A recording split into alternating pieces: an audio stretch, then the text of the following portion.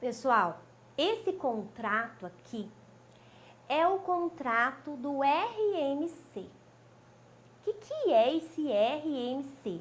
Por que tem esse nominho, né? RMC. O RMC é a reserva de margem consignável.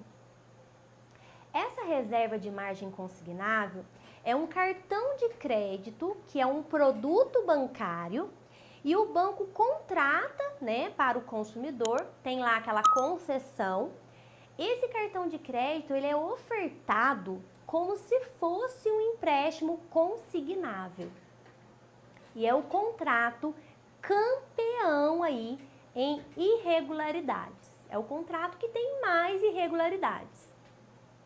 Você já teve a oportunidade de analisar um contrato RMC? Comente aqui para mim abaixo, se você já teve a oportunidade de analisar um RMC na prática. Esse contrato RMC, ele traz muitas vitórias para quem sabe trabalhar com ele na prática. Para quem realmente sabe trabalhar com o contrato RMC, é uma procedência atrás da outra. Tem técnicas e hoje você vai aprender diversas aqui comigo. Eu estou muito feliz de poder compartilhar esse meu conhecimento prático com você nessa noite, tá? Então, contrato ok. Se der para enxergar o contrato aqui, beleza, eu fiz com muito capricho para que sim. Se ficar um pouco difícil, você abre o contrato que eu já te enviei também. Faça suas anotações se você quiser, para poder fortalecer ainda mais aí, tá? O contrato RMC, ele parece um contrato tradicional. Na verdade, a maioria dos contratos, eles se parecem entre si. De um banco para o outro, tem o quê? Tem algumas, como se fossem roupas diferentes, né? Então, um banco é o laranjinha, o outro é o vermelhinho, o outro é o azulzinho. Então, eles mudam o design ali. Mas o contexto geral de um empréstimo consignável de um banco para o outro é o mesmo, porque a regra é a mesma. Quem que determina a regra? Já é uma atividade prática aí para vocês. Quem que determina a regra de todas essas cláusulas contratuais que nós temos aqui, ó? Quem que determina todas as regras desse contrato? É o Banco Central do Brasil. Então, como eles vão obedecer às normas do Bacen, as normas se parecem entre si porque são as mesmas normas. Às vezes, a forma de estar descrita aqui muda de um banco para o outro, mas é o mesmo contexto, tá? Então, o RMC, esse cartão de crédito, quando a pessoa contrata esse produto, o dinheiro cai na conta dela, seja uma conta corrente, seja uma conta poupança, seja por ordem de pagamento. Há diversas formas do consumidor receber o dinheiro desse empréstimo, porque não deixa de ser um empréstimo, tá?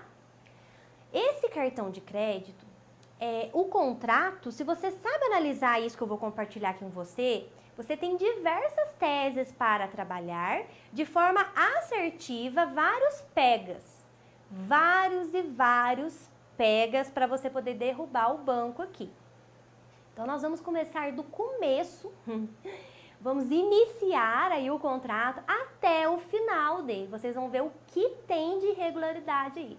Quero saber se vocês estão espertos ou se vai ser algo curioso hoje nessa noite. Então, vamos lá. O título desse contrato é um termo de adesão de cartão de crédito consignável. Então, esse mínimo, essa parcela desse produto, desse empréstimo, é descontada tanto no benefício do aposentado pensionista quanto do contra-cheque de um servidor. Como vocês aprenderam na nossa primeira aula, a margem consignável para o RMC ela é diferente de cada órgão. Lembra que eu falei que uma aula dependia de um estudo para seguir para a próxima? Então, isso vocês já sabem. Aula 1. Então, a margem do governo é diferente da margem do INSS. E o exemplo que eu trouxe nesse contrato é o exemplo de um aposentado e pensionista do INSS, porque vai ser a mesma regra para qualquer um de vocês, independente do estado que vocês estão aí participando desse evento, tá? Então, o termo de adesão é um contrato. Num primeiro momento aí, tem um código correspondente. O que é esse código correspondente? É a loja, é a financeira responsável pela digitação desta proposta, pela digitação desse empréstimo aqui, tá? CPF, CNPJ. Aqui tem o CNPJ, né? No caso do banco que contratou esse empréstimo consignado. Aonde eu queria que vocês prestassem atenção é esse número ADE. Você sabe o que é número ADE? É o número da adesão. O que é número da adesão? É o número do contrato. Já anota isso que já está começando a esquentar essa aula. O número do contrato que aparecer aqui. Então, vamos supor que esse número de ADE é o contrato 1, 2, 3, 4, 5. Números fictícios, logicamente. Esse número 1, 2, 3, 4, 5 é o número do contrato. Aonde que vai estar esse número do contrato? Vou mostrar para vocês aqui. Esse documento aqui vocês conhecem? Esse documento aqui é o SCOM. E logo aqui ao lado tem o quê? O número do contrato. Então aqui vocês vão ver que tem lá, ó, o número de um contrato, se a situação dele está ativa ou não. Então, esse número da ADE que aparece aqui, que é o número do contrato, tem que ser o mesmo número que está lá no SCOM. Tem que ser o mesmo número que está lá no contra-cheque. E você deve analisar esse número 100%. Por que eu estou falando isso para você? É muito comum eu ver advogados aceitarem na contestação um contrato que não tem nada a ver com o objeto da ação. Porque às vezes o advogado não prestou atenção nesse número do contrato aqui. E às vezes o contrato que está no SCOM é outro. Às vezes o número que você entrou com a sua petição inicial pode bater a parcela, às vezes pode bater até a data. Já vi vários empréstimos feitos no mesmo dia, com o mesmo valor, que o banco dividiu as frações, mas não era o contrato objeto da ação. Então, se você já mostra para o juiz na hora de você impugnar essa contestação, que o número da ADE, que é o número da adesão, que é o número do contrato, se você mostra que esse número não é o mesmo objeto da ação, não é o que consta no SCOM, você ainda consegue demonstrar a má-fé do banco em tentar burlar o sistema, tentar juntar um contrato que não é o objeto da ação. Ok? Prestem atenção no número do contrato. Tá? Número do contrato.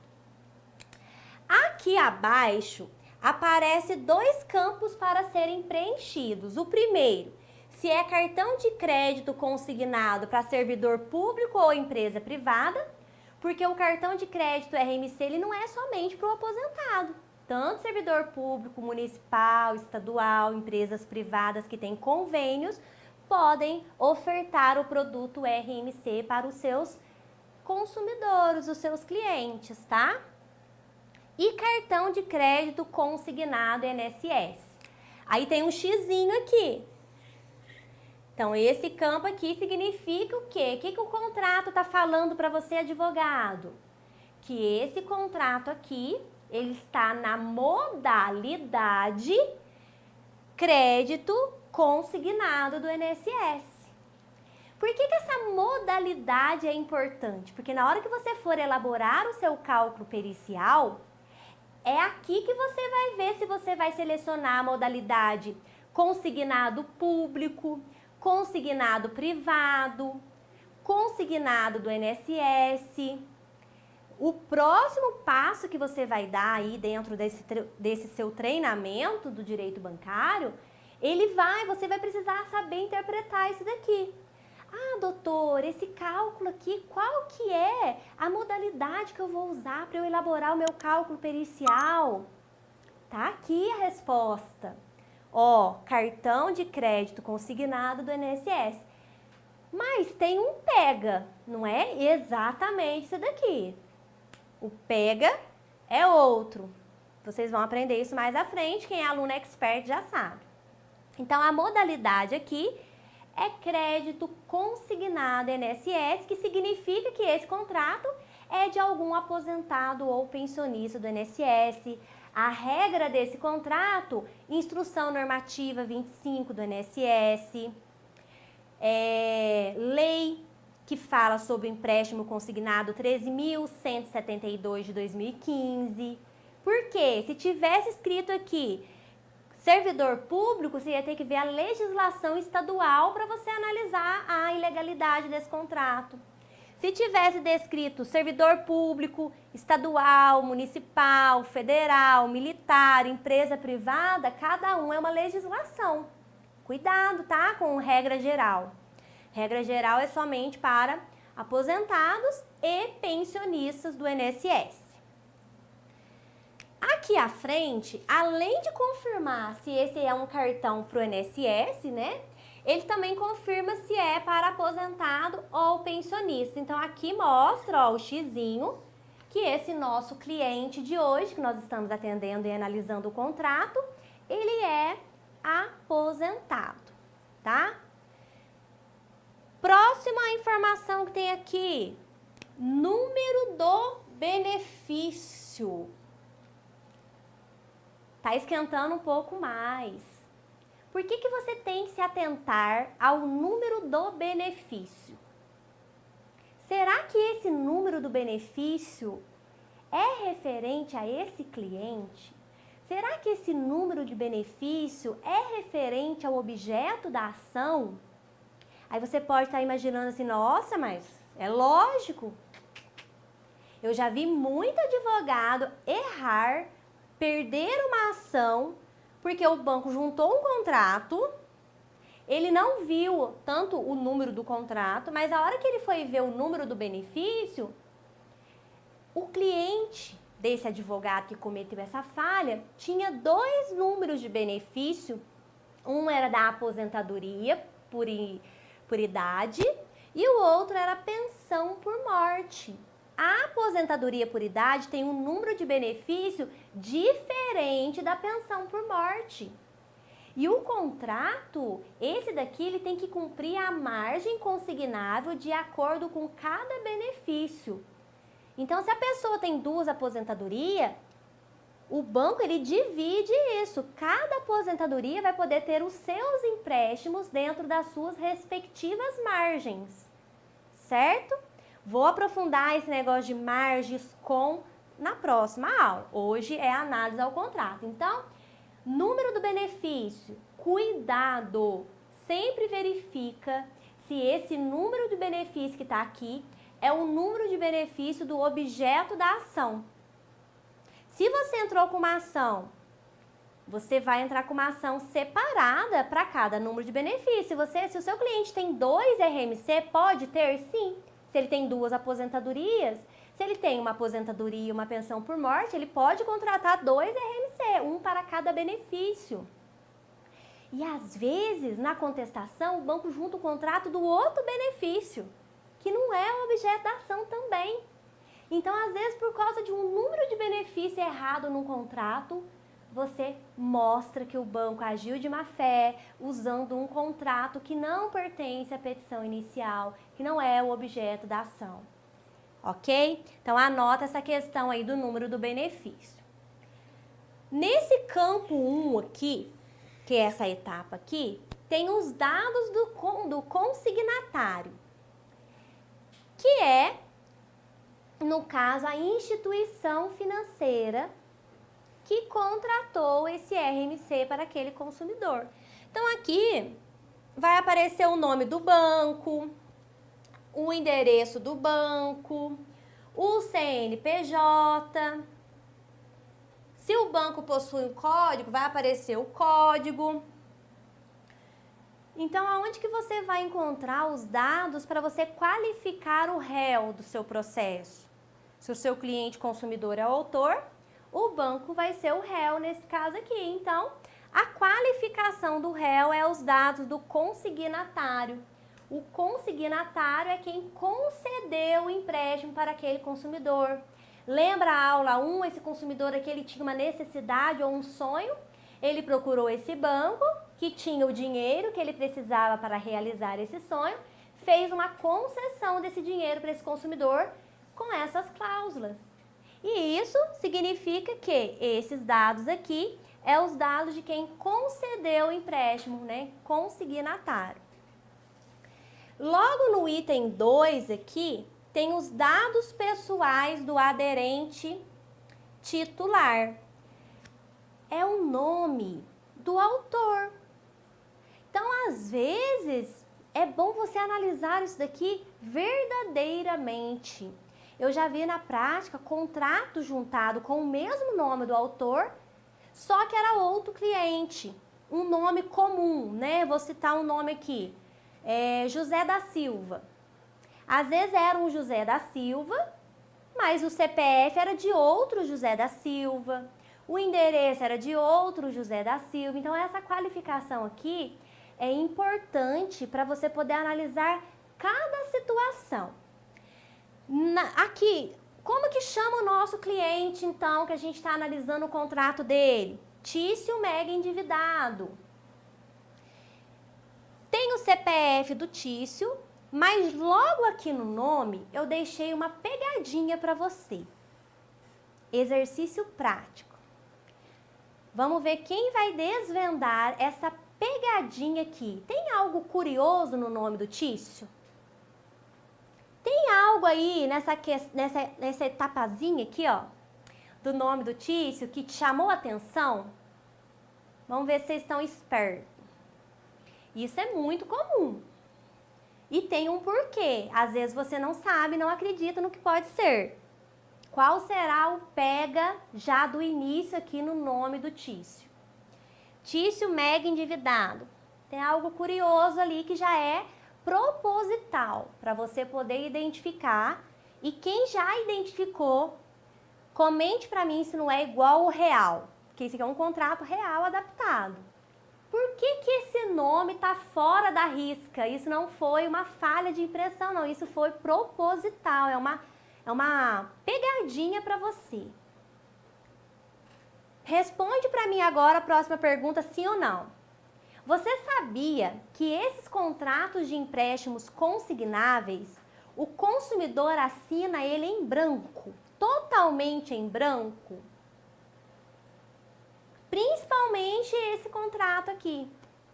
Aí o consumidor, ele é procurado por uma instituição financeira, às vezes o correspondente bancário, o pastinha, vai lá na casa do consumidor, leva um bloco de contrato. Contrato blocado em branco e fala para o cliente assim, só assina aqui, que eu tenho que mandar em branco para o banco. Vocês sabiam disso? Que contratos são entregues para o cliente assinar em branco. E o que acontece depois? O banco, né, pega esse contrato, coloca na sua máquina lá, né, de impressora, fiz esse contrato lá dentro e esse contrato vai imprimir com os dados do dia, com os dados daquela digitação que o seu cliente nem sabe. Então, o seu cliente, ele pode saber ler, ele pode ser uma pessoa bem expert, assim, não, o meu cliente é professor de matemática. É um professor de matemática aposentado, ele lê todos os contratos que ele assina. Pode até ser, vai ler as cláusulas, mas não vai estar toda a descrição importante do contrato, porque esse contrato foi assinado em branco. Porque depois o correspondente posta esse contrato no correio, esse contrato vai parar a central do banco e ele vai ser impresso. Aí por isso que sai tortinho assim. Então sempre que você vê um contrato que tem um nome desconfigurado, é porque esse contrato foi impresso. Na verdade, ele foi blocado e digitalizado depois com os dados do contrato. que é o próximo esquenta desse contrato? A probabilidade desse contrato não ter o contrato físico é quase 99%.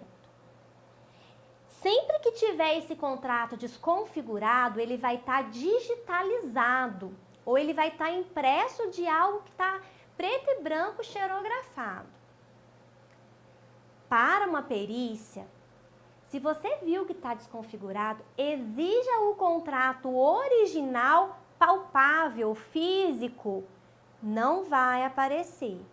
E chove de entendimento e jurisprudência que para fazer uma perícia grafotécnica, precisa do contrato físico. Às vezes aquele xerox não serve para mostrar a autenticidade daquela assinatura. Então, prestem muita atenção. Quando estiver fora da linha, já é uma sacada para você. Contrato foi impresso em branco, o cliente assinou, esse contrato foi em branco para o banco, depois que o banco preencheu. Às vezes preenche só quando é solicitado, esse contrato fica em branco lá. Agora, outra sacada. Qual é a chance do banco não preencher esse contrato ali, em branco, e reaproveitar esse contrato em branco para outras contratações de saques complementares? Se isso aqui fosse um empréstimo consignável de margem nova, um novo empréstimo, quantas possibilidades o banco tem de reaproveitar esse mesmo contrato assinado pelo consumidor para outras operações?